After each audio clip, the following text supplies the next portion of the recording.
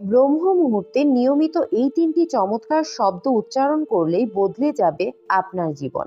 নমস্কার বন্ধুরা, কৃষ্ণকথা বাংলার নতুন একটি ভিডিওতে আপনাদের সকলকে স্বাগতম। আজ আমি আপনাদের ব্রহ্ম মুহূর্ত সম্পর্কে এমন কিছু গুরুত্বপূর্ণ তথ্য জানাবো যা প্রতিটি মানুষের জানা প্রয়োজন। আর কি সেই তিনটি শব্দ যা ব্রহ্ম মুহূর্তে উচ্চারণ করলেই ভাগ্য বদলে যায়, তাও জানাবো। সঙ্গে বলবো এই তিনটি শব্দ কেন এত শক্তিশালী। তা এই ভিডিওটি স্কিপ না করে শেষ পর্যন্ত অবশ্যই দেখুন।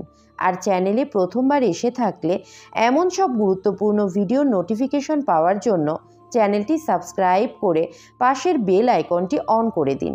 ভিডিওটি দেখে যদি ভালো লাগে তাহলে অবশ্যই লাইক করবেন এবং প্রিয়জনদের সাথে অবশ্যই শেয়ার করবেন, যাতে তারাও ভিডিওটি দেখে উপকৃত হয়।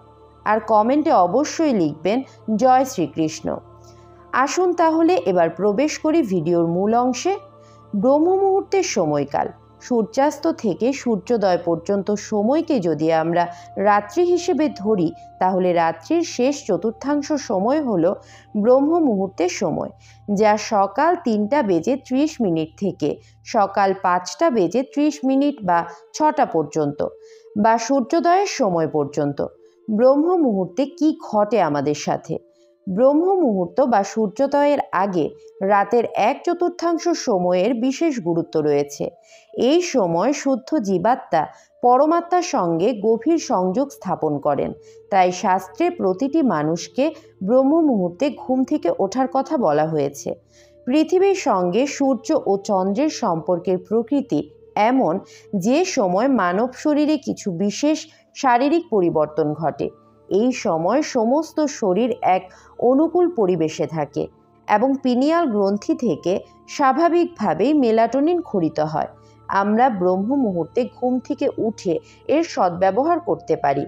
প্রাচীনকালে মানুষ ব্রহ্ম মুহূর্তে ঘুম থেকে উঠে পড়তেন, কিন্তু আজকাল আমরা অনেকেই রাত করে ঘুমোতে যাই আর বেলা করে ঘুম থেকে উঠি। এই অভ্যাস আমাদের শারীরিক ও মানসিক স্বাস্থ্যের জন্য মোটেও ভালো নয়।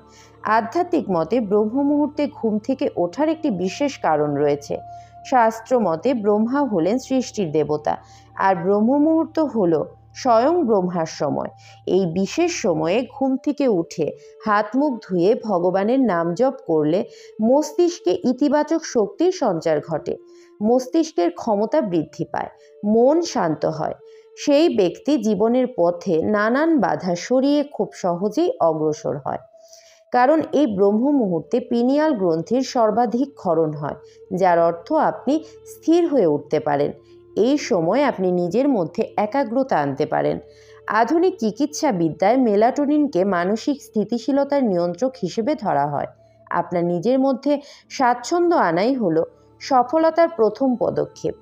নিজের মধ্যে স্বাচ্ছন্দ্য আনা মানে আপনি আর অস্থির নন। ব্রহ্ম মুহূর্তে স্বাভাবিকভাবেই এই স্বাচ্ছন্দ্য আসে।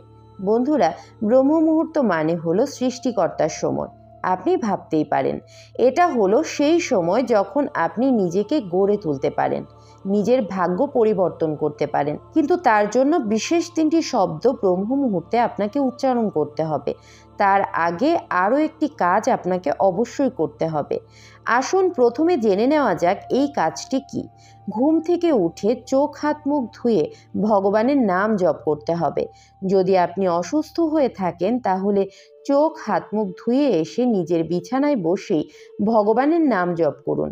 ভগবানের নাম জপ করলে পাপ মুক্তি ঘটে, আত্মা শুদ্ধ হয়ে ওঠে এবং মনে শান্তি ও একাগ্রতা আসে। শাস্ত্র অনুসারে যে ব্যক্তি ব্রহ্ম মুহূর্তে আধ্যাত্মিক ক্রিয়ায় রত হয় তিনি সব থেকে বেশি উপকৃত হন। এরপর ভগবানের কাছে প্রার্থনা করে 3টে শব্দ উচ্চারণ করুন। নিয়মিত এই 3টে শব্দ 21 বার উচ্চারণ করুন। হাতে নাতে ফল পাবেন। কিছুদিনের মধ্যেই আপনার মধ্যে ইতিবাচক শক্তির সঞ্চার হবে। সকল কাজে আপনি সফল হতে শুরু করবেন। আপনার শারীরিক ও মানসিক উন্নতি হবে। আর এই 3টি চমৎকার শব্দ হলো আমি সেই ব্রহ্ম। বন্ধুরা, আপনারা চাইলে এটা অহম ব্রহ্মাস্মিও বলতে পারেন। আবার অনেকে এটাও বলে, I am not the body, I am not even the mind. আপনি চাইলে এটিও 21 বার বলতে পারেন। এই শব্দগুলি ক্রমাগত নিয়মিত উচ্চারণ করতে করতে আপনি নিজের ভিতরে এক ভীষণ পরিবর্তন লক্ষ্য করতে পারবেন। দেখবেন ধীরে ধীরে আপনার মন শান্ত হয়ে উঠেছে। আপনি যে কোনো পরিস্থিতিকে খুবই সহজভাবে হ্যান্ডেল করতে পারছেন। আপনি নিজের ভিতরে এক অসাধারণ এনার্জি অনুভব করতে পারবেন, আর এই এনার্জি আপনাকে সম্পূর্ণ দিন সজাগ রাখতে সাহায্য করবে এবং আপনাকে পদে পদে একটা আধ্যাত্মিক শক্তির অনুভূতি দেবে।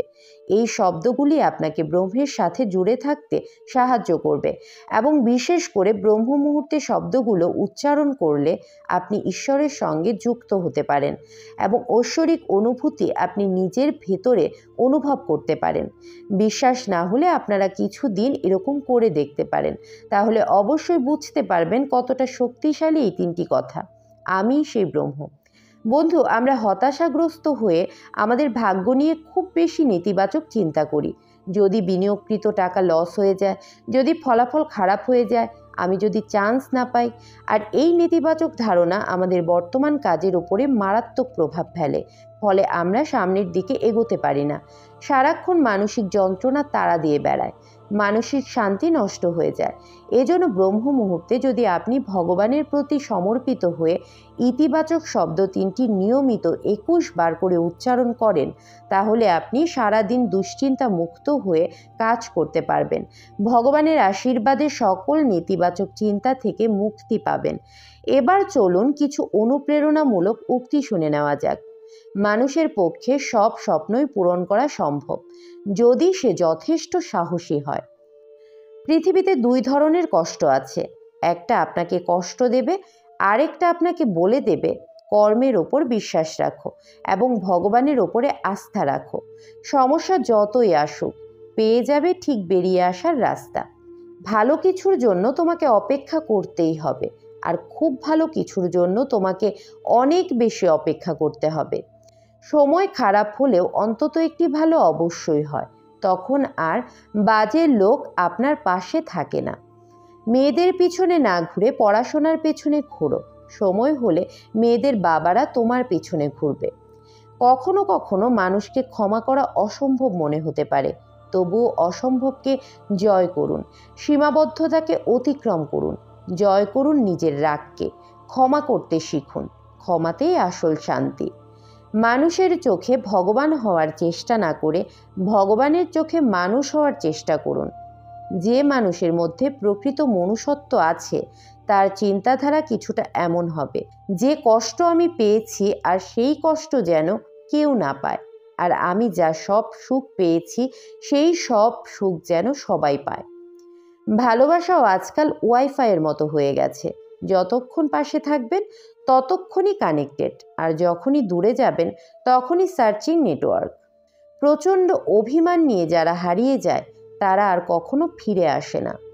যদি জীবনে একটা ডিলিট বাটন থাকতো, যা চাপতে কিছু স্মৃতি অনুভূতিগুলো মুছে যেত, কিছু মানুষকে যদি জীবন থেকে ডিলিট করা যেত, তাহলে দেরি করতাম না, সাথে সাথেই ডিলিট করে দিতাম।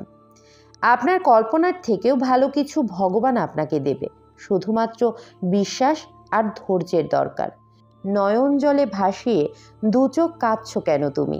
চেয়ে দেখো, তোমার পাশে দাঁড়িয়ে আছি আমি। তোমার চোখের এক ফোঁটা জল পড়বে না তো নিচে, যতদিন আমি না বন্ধু হয়েই থাকবো তোমার পাশে। কেউ যদি তোমাকে রিজেক্ট করে, তাহলে দুঃখ পেও না, কারণ কিছু মানুষ দামি জিনিসের চেয়ে সস্তা জিনিসের পেছনেই ছোটে। পৃথিবীর সবচেয়ে নিম্নমানের অহংকার হচ্ছে শারীরিক সৌন্দর্য নিয়ে অহংকার। অভিযোগ নয়, অভিজ্ঞতা থেকে বলছি। সৎ মানুষগুলোর চেয়ে অসৎ মানুষগুলো এই দুনিয়ায় বেশি সুখী হলেও তারা শান্তিতে নেই, আর তাদের সুখী মনে হয় ঠিকই, কিন্তু সেটা বাইরে থেকে দেখে। ভিতরে ভিতরে তারা অনেক অশান্তিতে থাকে, কারণ অসৎ মানুষগুলোর সাথ ঈশ্বর কখনো দেয় না। তারা কখনোই ভালো থাকতে পারে না। বন্ধুরা, ভিডিওটি দেখে যদি ভালো লাগে তাহলে অবশ্যই লাইক করবেন এবং সবাইকে শেয়ার করবেন, যাতে তারাও ভিডিওটি থেকে উপকৃত হয়। সবাই খুব ভালো থাকবেন, সুস্থ থাকবেন। জয় শ্রীকৃষ্ণ। রাধে রাধে।